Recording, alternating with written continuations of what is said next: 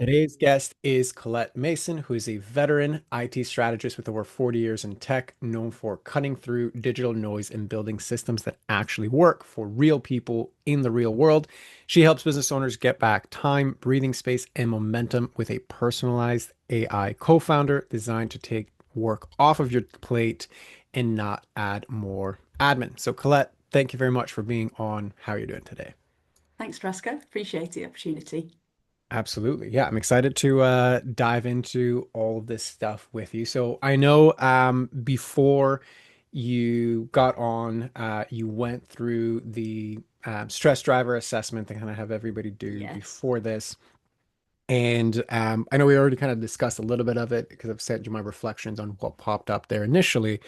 But just before we get into the details of it, I just want to know kind of what was your experience going through that? What were any aha moments of it? Like just kind of what came up for you through going through that assessment, and then we can kind of dive in from there.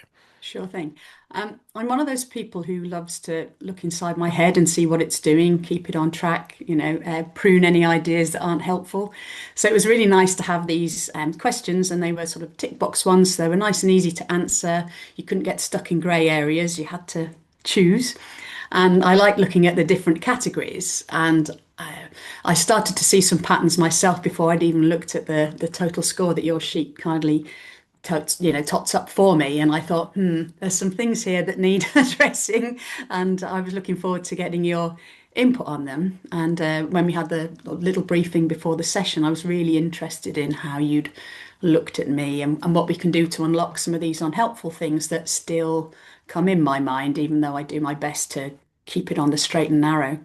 Got it. So what were the things that popped up as patterns for you? Because it seems like you already knew a lot of things, but then some kind of Yeah. like something popped up there. So just curious about your experience.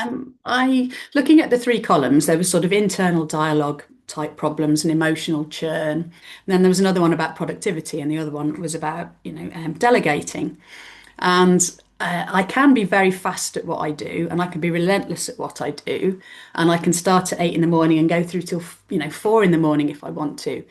But that's not always helpful. So in terms of productivity, yes, I can be productive, and yes, it's not always busy work. And I was quite surprised that that was actually lower than the emotional, things that go on. And I've got a reason for that, but I won't say what it is just now. We'll wait till we get into that little part. But I think I know why I got that breakdown of things in particular.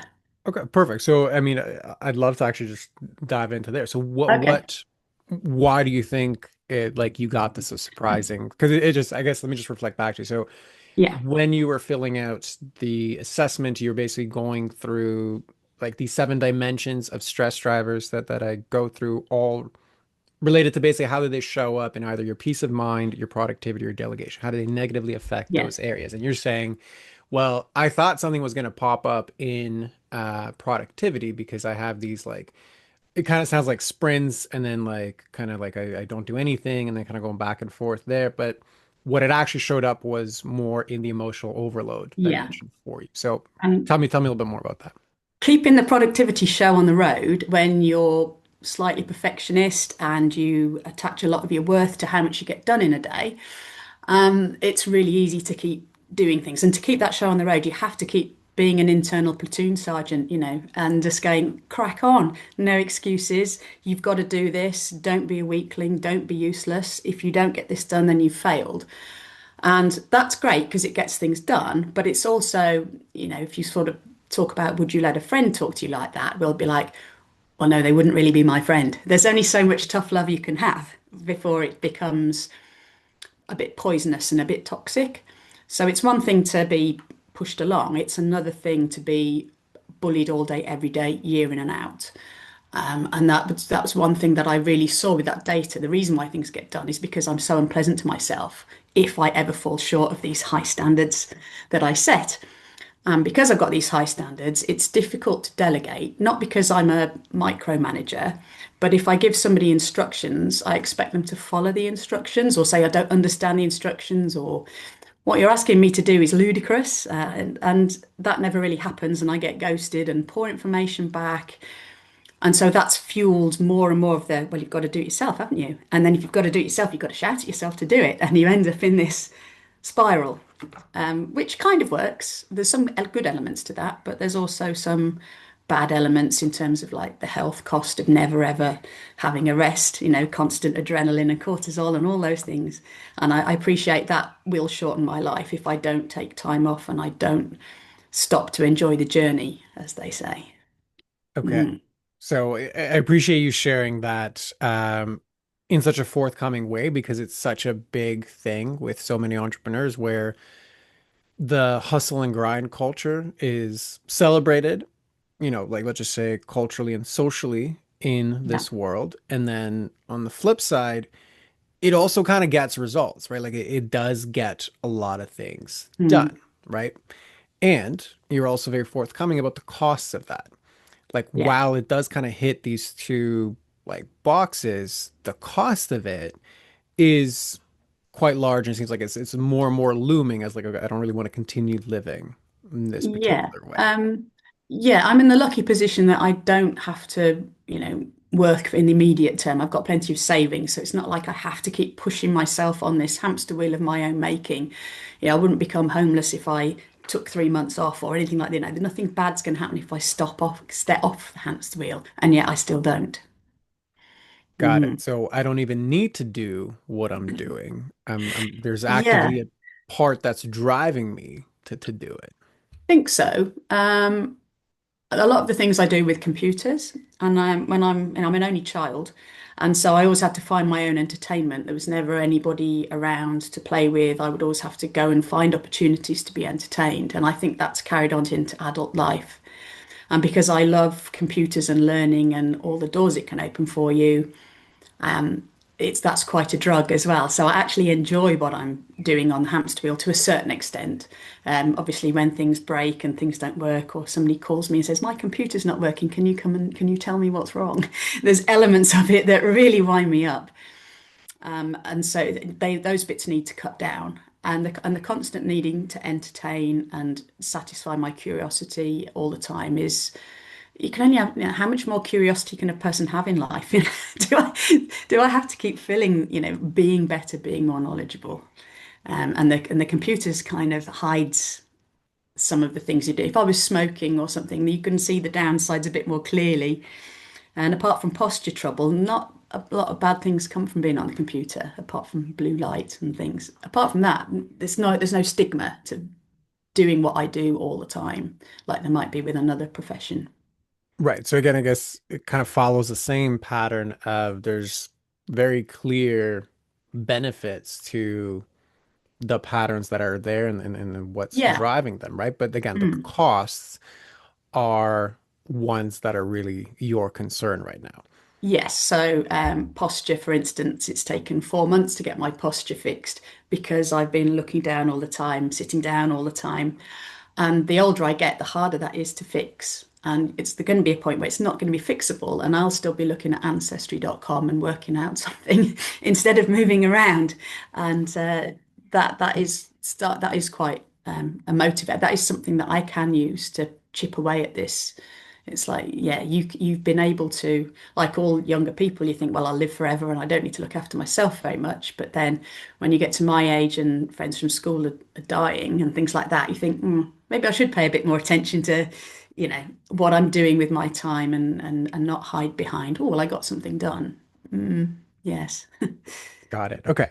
So it seems to me like the recurring thing with everything that you're sharing is what is driving all of these behaviors isn't Oh, necessarily the result that you are getting. Because like there are good results from yeah. them, right? It's Hmm.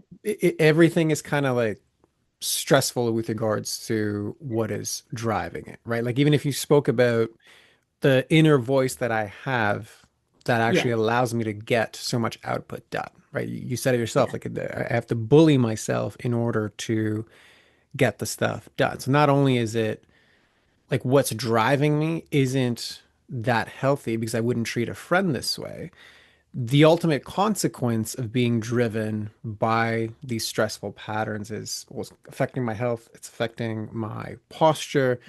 Um, and this isn't really how I want to be living my life at this stage of my Mm. life. So just before I go on, like what resonates with you with that? Um, I guess I was brought up not to be average, I was brought up to, yeah, I had a chance at school to do a slightly lower level of qualification, and my dad said to me, if you're in the UK, it was a CSE rather than an O level, and my dad said, well, there's no point having one of those because, well, it's just not the top one, is it? And he didn't mean any harm with that. He was probably trying to encourage me to be better. So I didn't take O level art at all because I was going to get this lower grade. And that kind of stuck with me, I think. Well, why would you want second best? Why is second acceptable? There's a very slight amount of places where I'm happy to be second. That's usually things like accountancy and more numbery things. But most other things, I don't want to be second. And that's it's come from there. And also I get frustrated when other people let things slide, do half a job. Those memes that go, you had one job. There's like, that sort of thing really winds me up because you need to pay more attention. If you're going to do it once, do it right, move on. And I don't want to be that kind of, you know, spare wheel that does things badly and lets the whole team down or lets the process down because I didn't get it right. So that I think those two things, why be second and, why bring other people down Right. by not being And productive how is hard are you on yourself when you make mistakes? um it depends. If I'm learning something new, like Duolingo and stuff, if I'm learning something new, I'm pretty relaxed about that.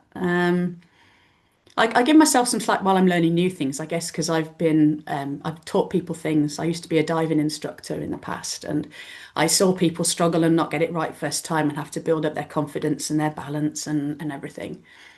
So I understand it's not going to be instant when you learn something, but it needs to be as fast as it absolutely can, or you've failed. Yes. Okay.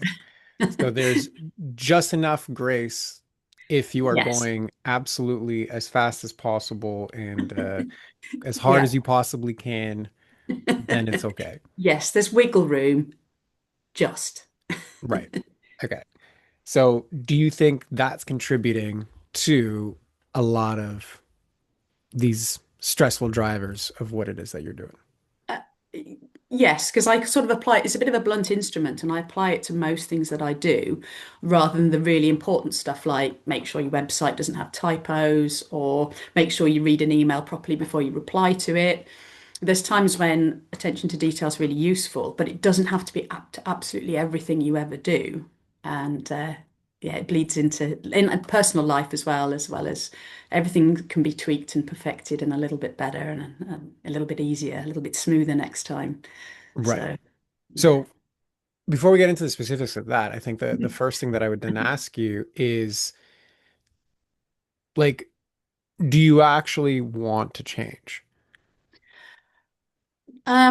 I want to change the extent. I want to get rid of some of the unhelpfulness. So at weekends, quite often I'll work at weekends or I'll work in the evening because I can't think of anything better to do. What's the point of sitting watching all of Breaking Bad? Or I saw how many episodes 24 was going to be, and I thought, if I sat and watched that, imagine what I could get done in the meantime.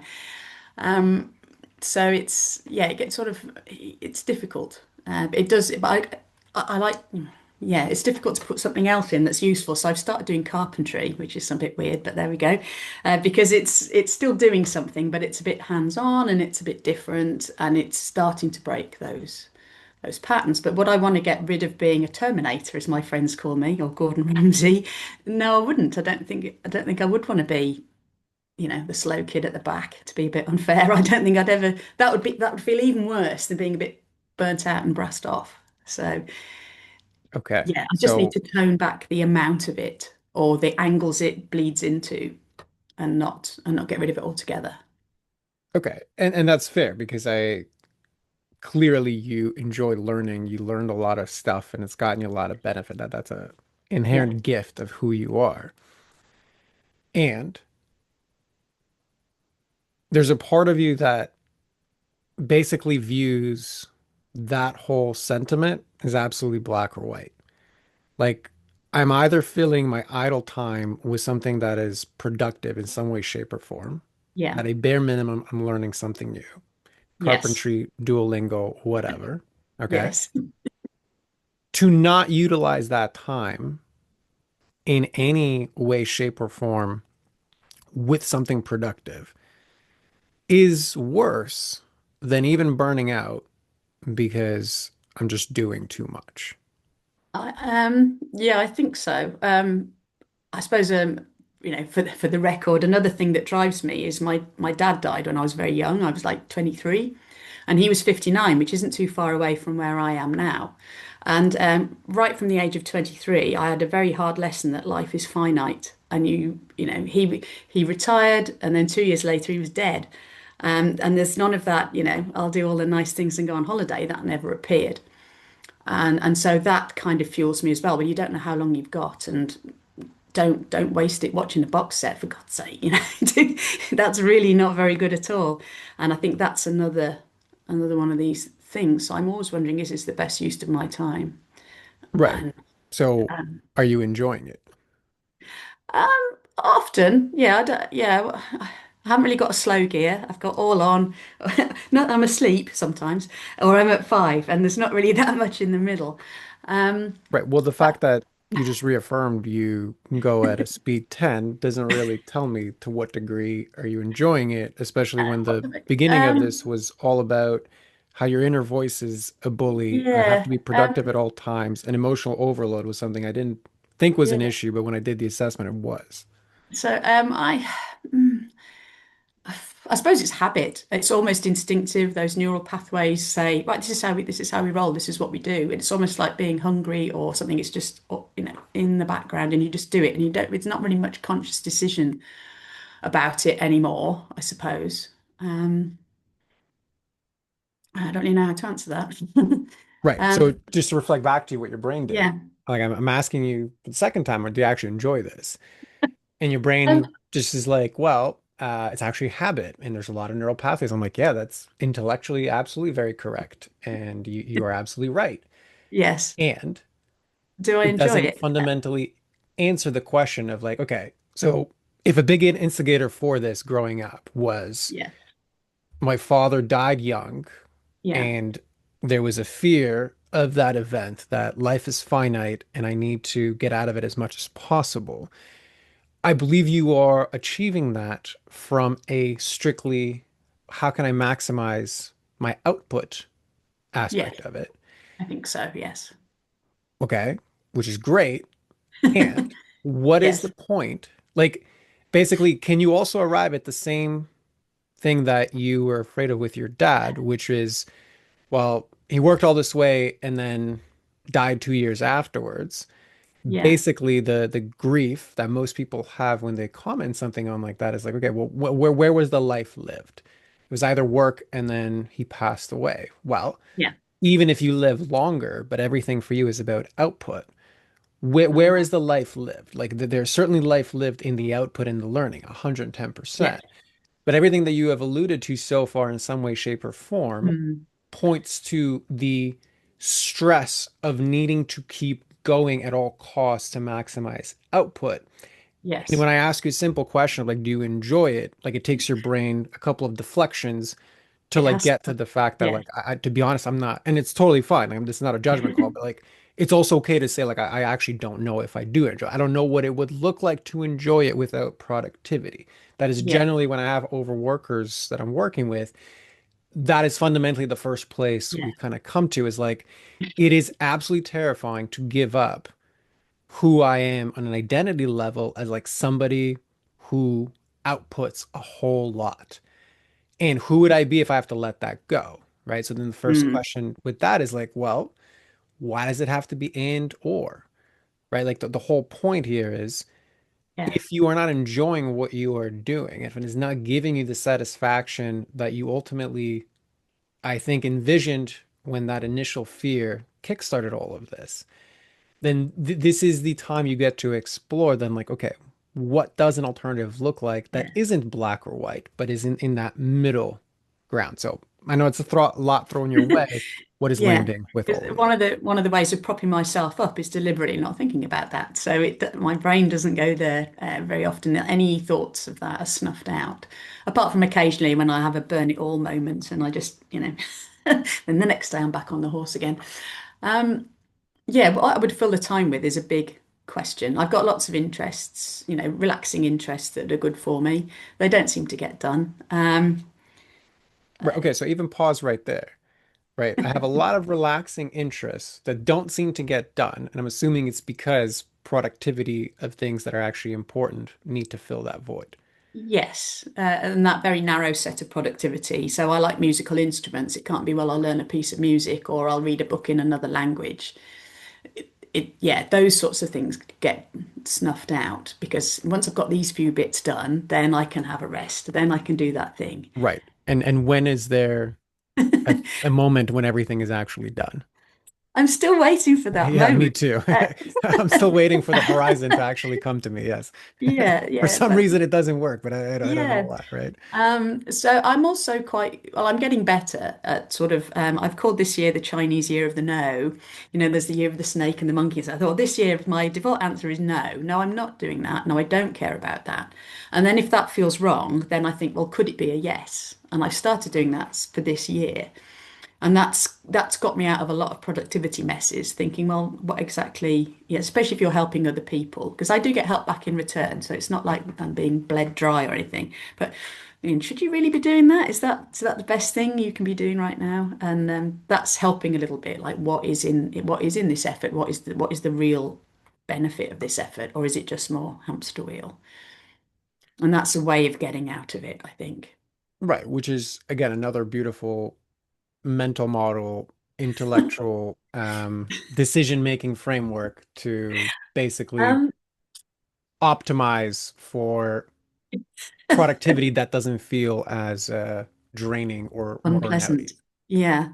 Right. Um, So again, it the goes back other, to the central question around all of this, right? Which is kind of what I alluded to even when I sent you the reflection is yeah. you're the biggest challenge you and a lot of the other kind of head heavy clients that I have is it is absolutely terrifying for individuals with your pattern Mm, to feel, mm, okay?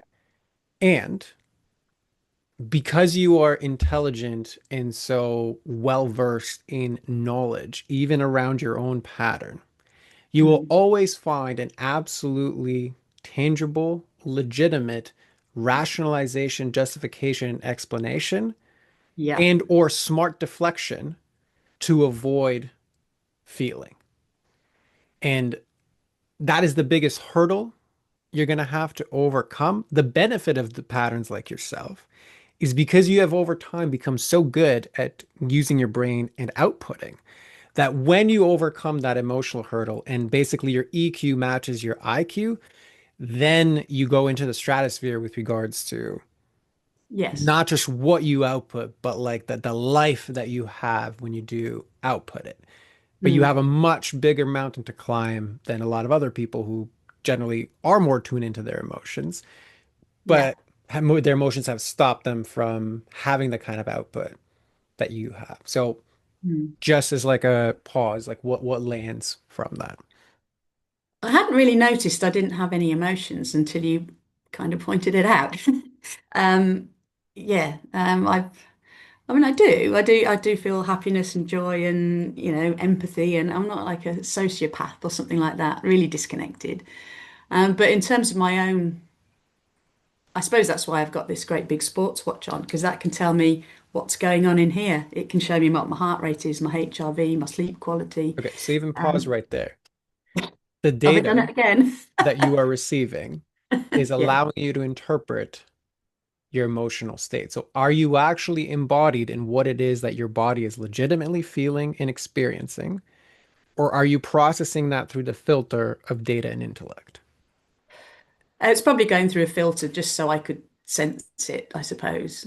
Correct. I So think, again, going back to exactly what I said, useful, beneficial, has its time and place, and hmm, and this is, I'm speaking through experience right now because part of my kind of getting into this work was essentially imploding my first business Yeah. because all I did was view all of my emotions like I was viewing animals at a zoo.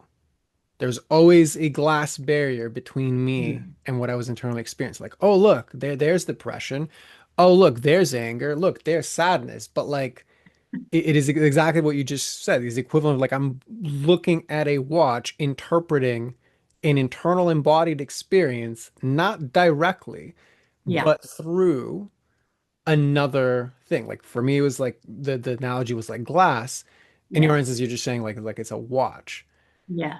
I right? think the only time I'd probably feel physical sensations and joy in that in the moment thing is probably if I'm maybe swimming or feeling the breeze or the rain, like some physical thing is changing my, you know, state, my environment a little bit, then I notice it. But most of the time I wouldn't really notice what's going on in my body at all. Right, because the primary driver in Yeah. your head is a bully that's getting you to do much.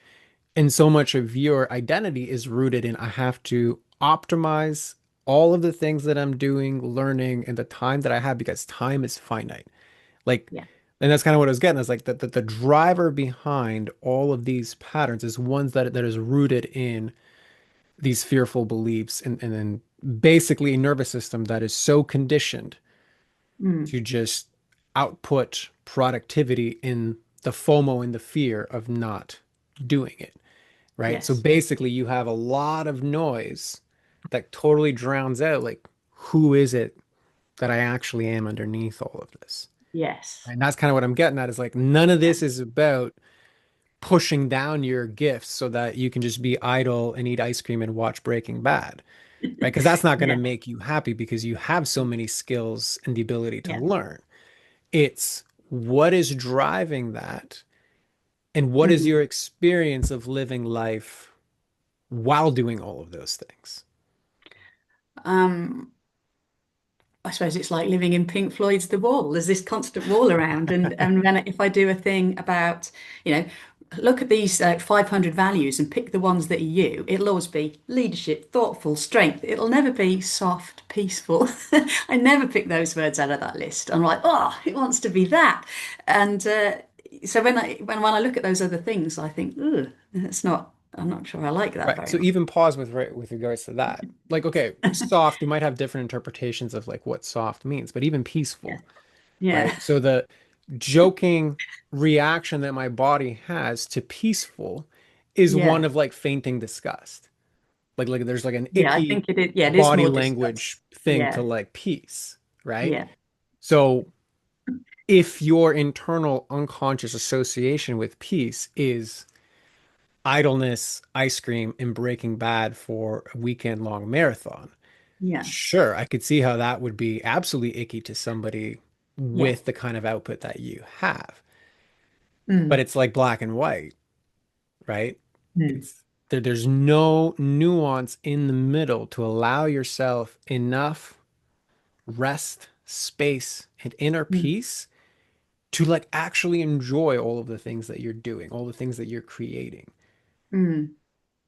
So what lands with all of that? Um, well, I do like probing around in my head and seeing what's going on, but probing into this area, it feels like is a bit of a wait, not a waste of time, but it's a secondary priority. So it could Mhm. probably probe around there if it wanted to, but it never really finds the time. It's like, well, because it's a bit like Mark Zuckerberg wears the same thing every day. I think, well, it's kind of a waste of time thinking about these other things that don't move the needle.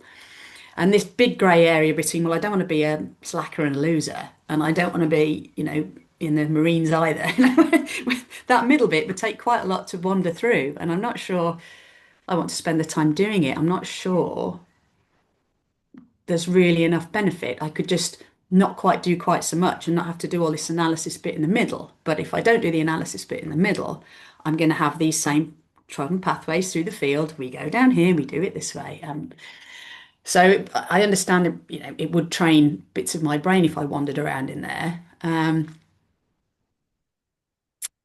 Still really an unpleasant thought, as you've worked out. It's really, you know, really ick. Just shades of grey in general annoy me.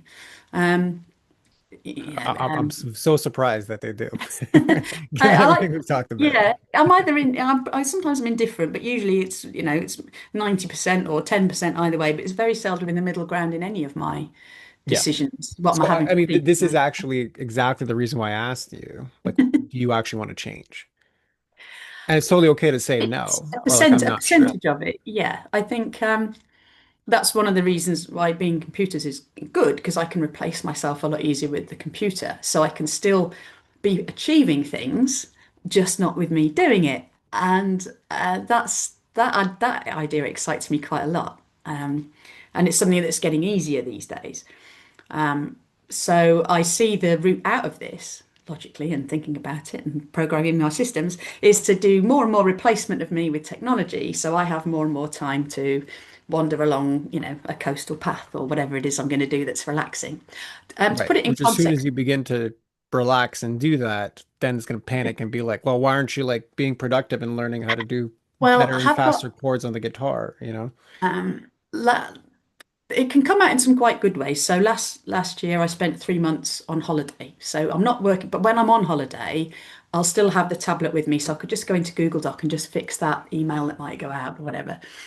But I did spend 3 months on holiday, but that's really good because that's route planning. What equipment do you need? Have you got your wet weather gear? Have you got enough fuel? Are we going to this road or that road? So it kind of masks the fact it is leisure, but it isn't at the same time. It is. I find it relaxing. But if somebody else looking at me, if I was in a little lab rat, they'd be going, "Well, aren't you still just being busy? You're just saying you're going up the A1 rather than the M6." Hmm. Maybe there's an element of that. But doing that is more relaxing for me, and I could do more of that while I transition. If I went cold turkey, I'd just freak out and go back straight back to let's just be busy. I would have to, shuffle in some. I would have to deliberately engineer it to start with, to put some scaffolding in, as they say, to start this process. It's not going to happen unless the bully, I get like black matter and antimatter. I'd have to have an anti-bully bullying the bully, going, no, she's having an afternoon off now. That could be even more chat. Right. So what if you actually could accept yourself to the degree that you never had an inner bully? I don't think that I can never think of a time in my entire life where I didn't have that feeling ever, even as Well, since a so kid. pause. Historically, I understand you never did because it's here. And Yeah, if it didn't, yeah, it wouldn't be here. yeah. What I'm saying is the possibility. Do you even fathom the possibility that you could live without your inner bully? It seems feasible, but what do I can see other people not doing the same things, but they live a different lifestyle to me. They're different people to me. So I'm not sure what would I don't it's so all pervasive. I can't even comprehend what it would be like it not being there. All I can do is tell it to go away Sure. until it's So not. again, I'm fully acknowledge that, if Yeah, you spent your whole life with this being a very real part of mm, you, yeah, that it's hard to yeah. imagine what I would be like without it. If you But weren't my here, question wasn't, can you imagine who you'd be without it and how you would operate? yeah. The question was just simply like, is there even a part of you that thinks it's possible? Because On that's a a crux, logical level, yes. But my gut tightens as soon as you say it. It's like a right? saber-toothed Because tiger's that's the coming. part of you that's responsible for ensuring you get everything done. Yeah. So that bit's going, whoa, what's going on here? Then 110%. it, That and then that is it's it's absolutely freaked out at the yeah, it's possibility like that it's going falling in to the lake. eliminate its role from your life because it's been Yeah, so central to who you are and the things that you have achieved.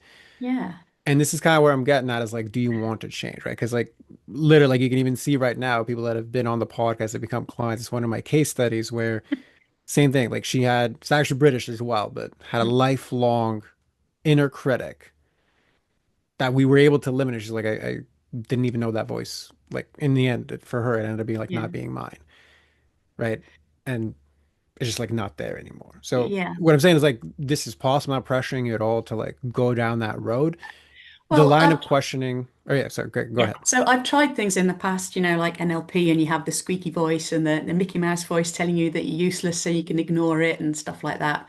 And it didn't touch the sides. Anchoring doesn't touch the sides. This thing will just carry on. And so, yes, I understand the possibilities. Other people can do it. Could I do it? I might pay lip service. I might be to a certain extent. Well, people tell me I should slow down and have a rest. And I should be like that. And I should sit on a beach and read a book. So what? um, the reason to change has to be for me, not just because other people rest. Correct. And it would have to be have quite a lot of evidence base, like my HRV would come up from rock bottom. It would have to have something really good proving to me that this is worth the cost of not being over here. Going over to slow and peaceful land better have a really good benefit to it, really good, like winning the lottery, really good. Otherwise, I'm never going to go. I'm never going to go over there. It's like going to see a film you don't want to see. I'll just never go. There's nothing in it for me. So yes, there is, I read scientific articles and I know there's something in it for me, but equally there's just I can't see anything strong enough over there. I suppose it's a bit like people who smoke and they know they're shortening their life, but they don't give up because they think, well, I'll be like Keith Richards. Until that becomes really strong, on my own, I don't think I'll go over to the leisure side. I don't think I will. I'll have to be hospitalized or something and then go, oh, actually, that was a bit silly, wasn't it? It is that strong. And I feel so many benefits from not being the slow, peaceful guy that, Well, so I think you actually have your answer right there. That yeah, basically you have not hit your version of rock bottom, and yeah, your version of rock bottom, as you can fathom it now, is I gotta actually be at the hospital. yeah. So I Something think you would, actually have your own, like, and this kind of, again, it's the third time asking, like, do you actually want to change? I think that's your answer. Until this actually crashes and burns, mm, I don't think you're really ready to change. So now, um, logically, mm, if that is the extreme you want to go to, that's totally cool. Like, you get to make that choice because it's your life, yeah. right? But this is where you get to look in the mirror and be like, okay, cool. Like, if that is where I want to go, great. So If my, it's my not, there are alternatives for that. so my question is, how do you make your parasympathetic nervous system and all that stuff? How do you make that feel appealing when it never appeals? Where's the chinks you can start with that when because I just yeah, there's what do you hang your little hook on and think, yeah, there's a little chink of usefulness over there Correct. It that is I the could one thing that you've do. avoided your whole life, Yeah. which is what? Um, We've said it in this living in the conversation. moment. I think living in the moment, particularly, I'm very much Okay, fair, that went living in the wrong, do moment. And that when you live in the differently. moment, Yeah, what I are you don't actually do tuned I into? I very seldom do that. I might have done a little bit the last weekend when I was again walking along the coast, but I didn't think about stuff. But it would probably be like 1 or 2% of the whole year, all the time I'm awake when I live in the moment. Right. And Um, so, okay, so when you are in the moment, what are you actually tuned into that you've been avoiding your whole life? stillness, I think. Okay, perfect. And when you are in stillness, what do you have more access to that you don't have access to when you are busy and your mind's occupied? I suppose you could say core intuition and emotions if you had Correct. stillness. Yeah. Correct. The reason that things like NLP haven't worked for you isn't because they are in and of themselves bad modalities. It is because they are primarily intellectual modalities. Mm, For someone who is already really strong in the intellectual, that's not the pathway to right. solve this problem. All of your problems, like I said, are neck down problems.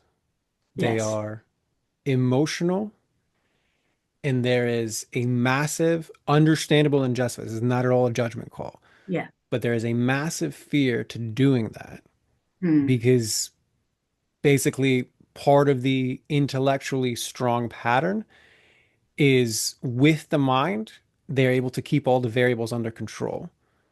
Yes. And when you dive into this other world of like, you begin to speak this new language of EQ.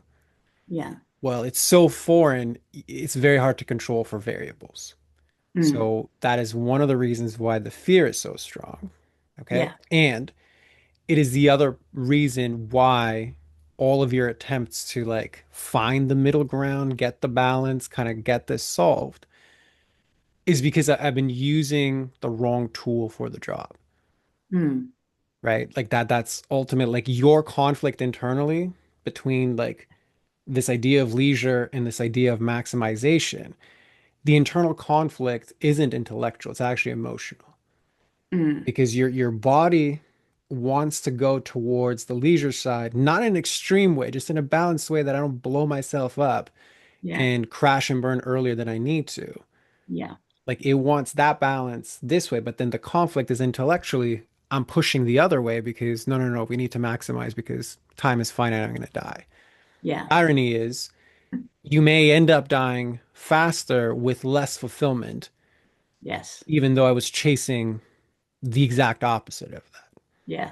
So, and again, I just want to stress, I really do not mean this in any Yeah, judgmental no, way. It's just, I take it on board totally. Yeah, because I do think, if you don't sleep so much, you get dementia, you get all these things, or you're more prone to getting it, and more strokes and obesity and all sorts. So I can see, you know, yeah, yeah, I can see the point of what you're saying. But it is very hard to live it when you're yeah. me. So even as just like a test run, Yeah. if you tune in Um, right now, how do you feel about this reflection? mm, I know my head's working on something. It gets this feeling, when you Okay, go so on a mindset pause. course. I want you to focus neck down. How do you actually feel in this moment with this reflection? Um, just numb. I'm not trying to be Okay, awkward. Just good. numb. Good. Okay, so that I actually, don't it's an feel honest answer. So repulsion. So that's a step up. I sure. don't feel repulsed by it. Good. A bit numb. I could just about feel one of my legs is getting a bit numb because I've got them crossed when I'm sat down, but I didn't feel my body at all while we've been speaking. Perfect. Okay, so that's actually like, firstly, I applaud you for like, yes, you deflected, we brought it back, and you actually had an honest assessment of what your body is feeling. So beautiful. Yeah, That's actually a step in the right direction to being embodied. And good. numb, okay, Yeah, is definitely a body sensation. So, for the sake of just appeasing your logical brain, you did this correctly. Okay, yeah. so this is a gold star moment.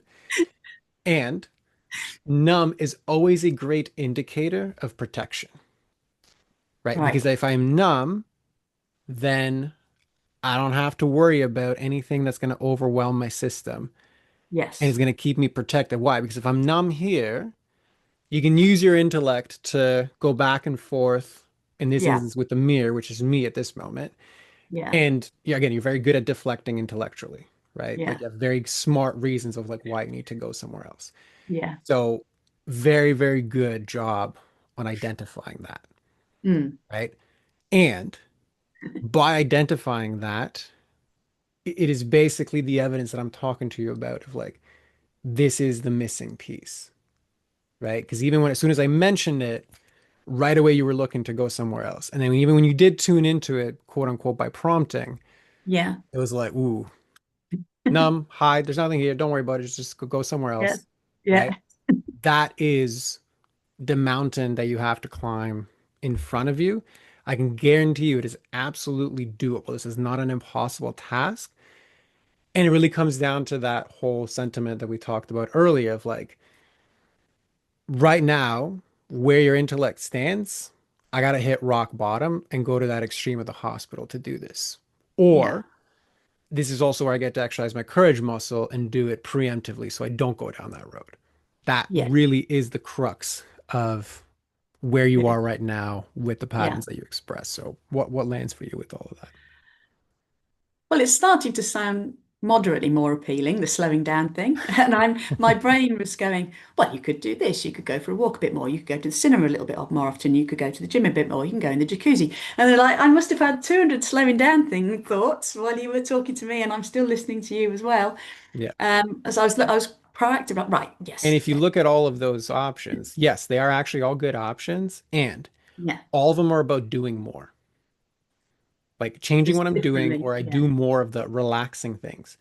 Yes. None are about the things that you actually need, which is what we talked about before: EQ, Mm, neck down, and mm, presence and being with myself. Like mm. you can go to the gym and completely exhaust yourself there as well. You can go to the cinema and completely like check out of your body because you're Yeah.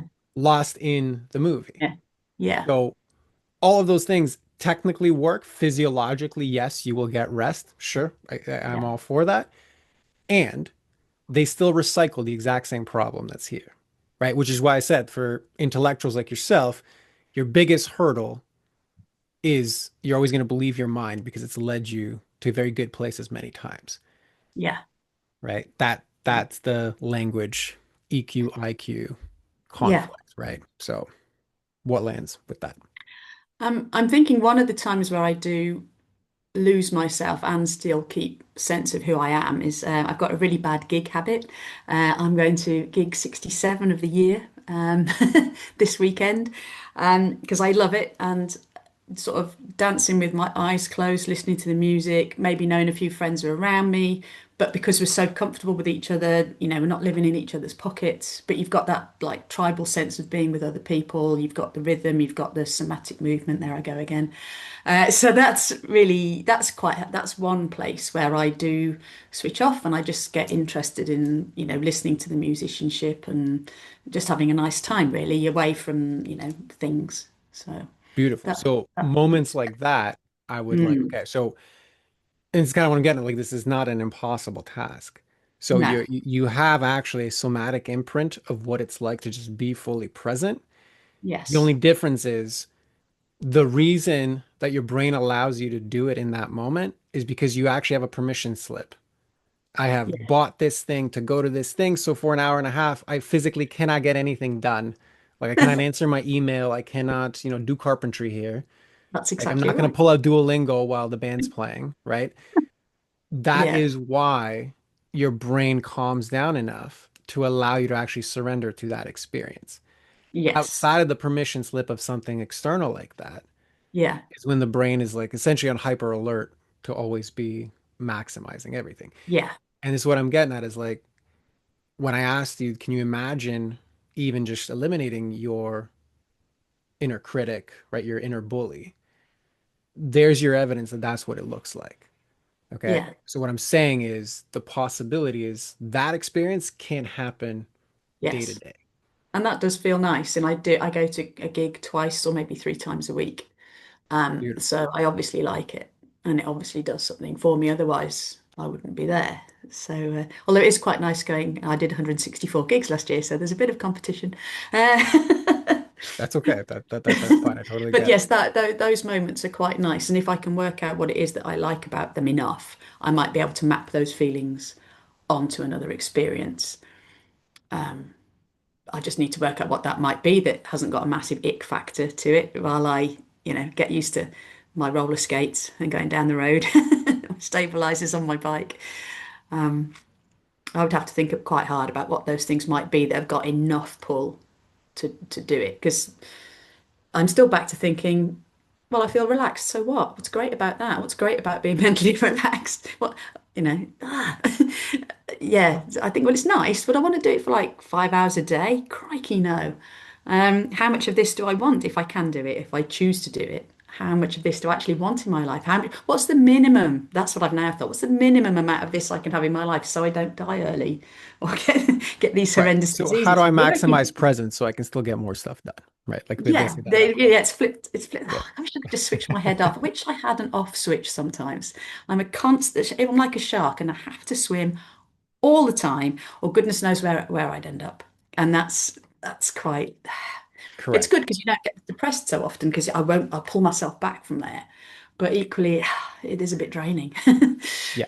So, I mean, I don't want to just now continue circling around the same thing. I Yeah. think it kind of comes Okay. down to what I've shared before, right? Like the sentiment of like, this is for you about learning how to be neck down. This is about, do Yeah. you want to hit rock bottom or do you want to proactively do this?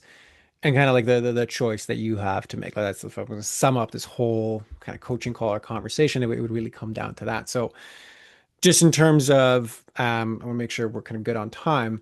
Okay. Does that feel complete for you as far as just like getting deeper insight on kind of what you came into here, or is there Oh, something yeah, left outstanding? absolutely. I can certainly vocalize the churn a lot better, and that then gives you a path out of where you're going wrong. And having somebody reflect things back to you is really helpful because you get rid of some blind spots and you confirm things and some things are challenged. So that's extremely helpful.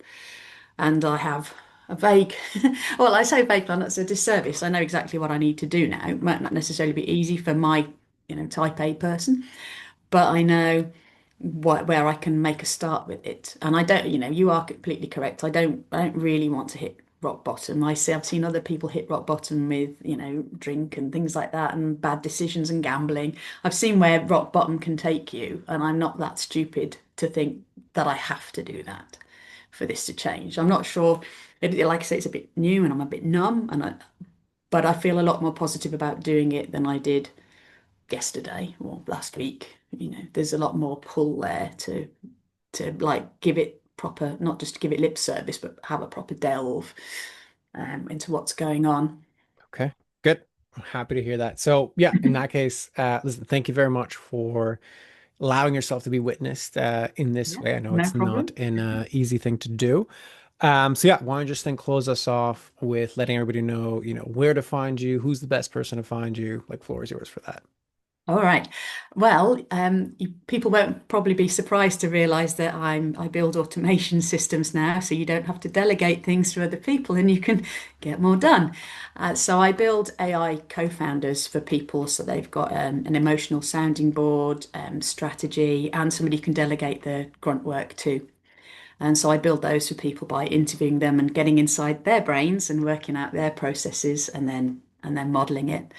And I'm really excited about that. And I had a computer since I was 14, and it's been my life really in my full career, apart from a little bit as a fiction author during lockdown. So that's what I do, and you can find me at cleverclogsai.com. And there's some lots of free tools on there for getting started and other things that you might find helpful. So there we go. That's me. Awesome. Well, Colette, thank you very much for, like I said, doing this in such a public fashion. We'll include all of that in the show notes. And yeah, thank you much for Brilliant. being on. And for everybody else listening, we'll see you on the next one. Thanks very much.